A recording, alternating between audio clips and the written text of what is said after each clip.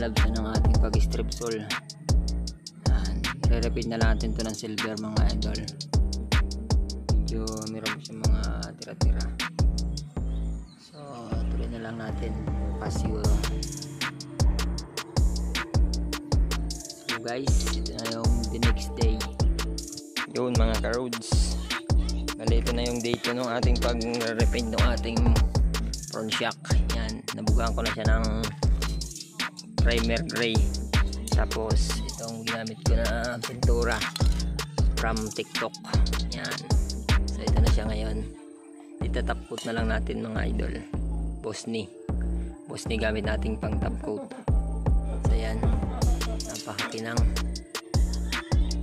Tuyuin lang natin mga ka-roads at top coat na natin. Wala nang baklasan yan mga loads. Yan ko na na-repaint. So patuloy lang natin at timpa na natin, top coat na natin. Alright.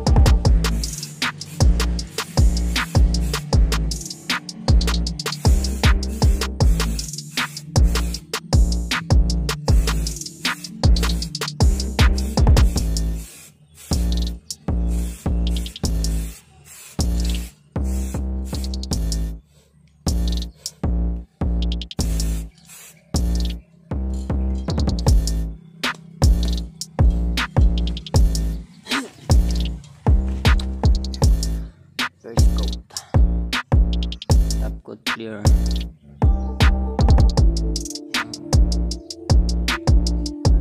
Mga roads.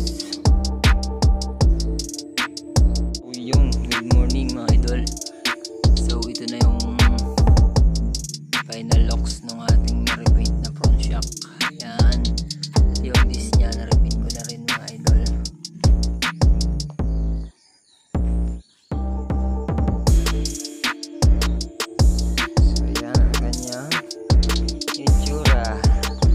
Dati siyang black, yan natin silver. So ayos at half na lang ang ating papalitan dyan mga idols. So repeat na rin natin to susunod, kanyang butterfly. So yun mga idol, bali nandito na lang ulit yung videos natin ha. See you my next vlog na lang ulit sa re-repaint natin dito sa motoran.